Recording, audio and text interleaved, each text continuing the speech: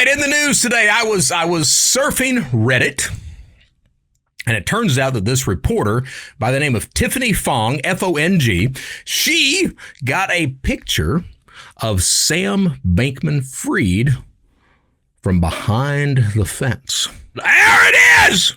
There it is. So we're going to walk through this picture because it turns out that, Brady, yours truly, I've got a bit of prison experience. What we're seeing here, we're seeing toward the back in the gym shorts and the oversized brown T-shirt, we're seeing one Sam Bankman-Fried, former head of FTX.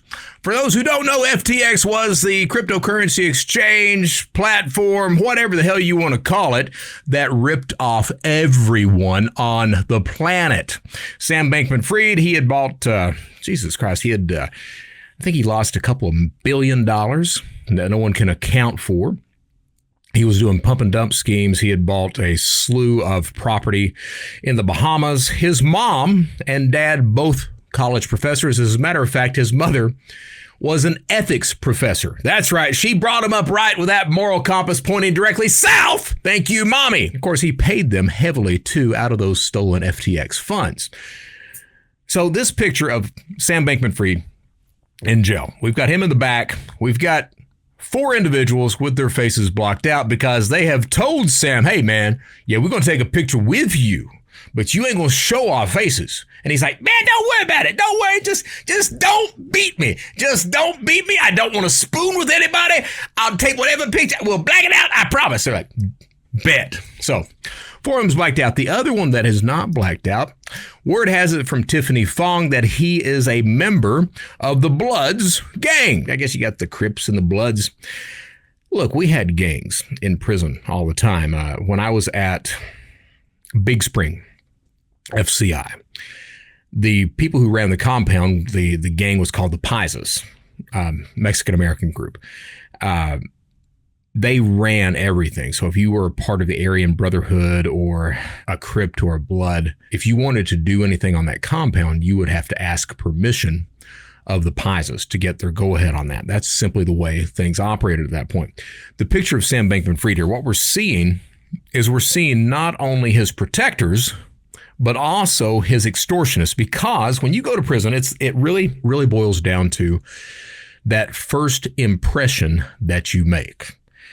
Understanding, and I've spoke about this before, understanding that an environment like that is strictly predator versus prey. Are you going to come in basically with the prey mindset that you're looking around everywhere, just kind of scared to death, don't know what's going on, just kind of, scared that you're going to have to avoid prison rape every Sunday as your leisure activity?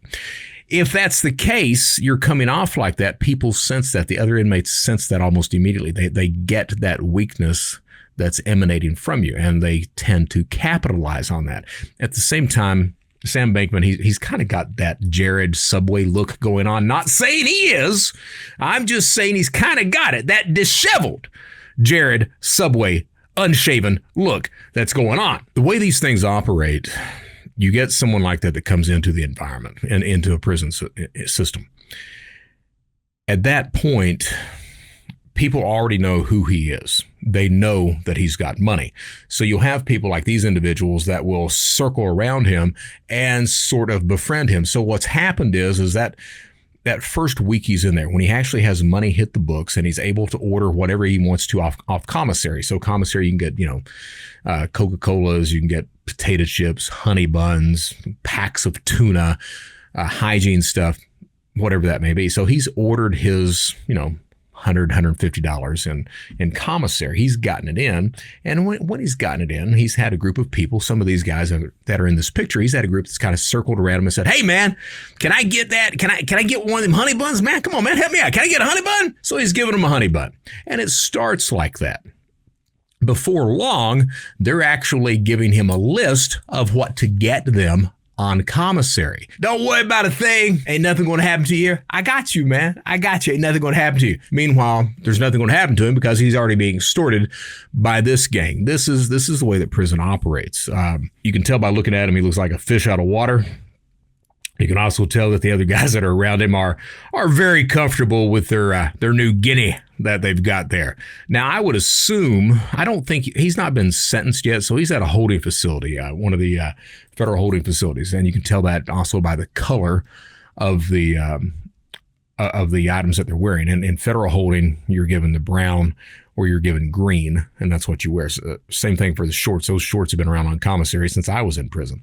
So he's in a federal holding right now. Once he gets sentenced, at that point, he'll go through Oklahoma City.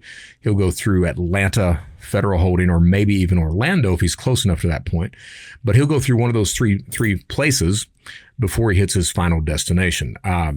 You're looking at him doing, I'm guessing he does at least 20, maybe 30 years as a sentence. That means that his initial prison will be probably a maximum security until he works his way down to a medium. And he may only be at a maximum for a few months. The problem with a maximum is typically when you go in, by God, it's gladiator school. You are going to either join a gang or pay somebody to protect you, or just pray that nothing happens to you, and prayers are usually not answered from behind the fence. So he's going to have a lot of difficulty when he gets in there. This first picture, I think, is very indicative of the types of problems and issues that Sam Bankman-Fried is going to have. And, the thing is, I got to tell you, I don't think it's other inmates' jobs to enact punishment on someone. Now, certainly Sam Bankman-Fried is a piece of scum, filth, whatever you want to call it, but it's, he's going to be sentenced to a massive amount of time, and I don't really agree with other inmates that choose to victimize the other people who are doing time in there. That being said, that simply is the way prison is, though.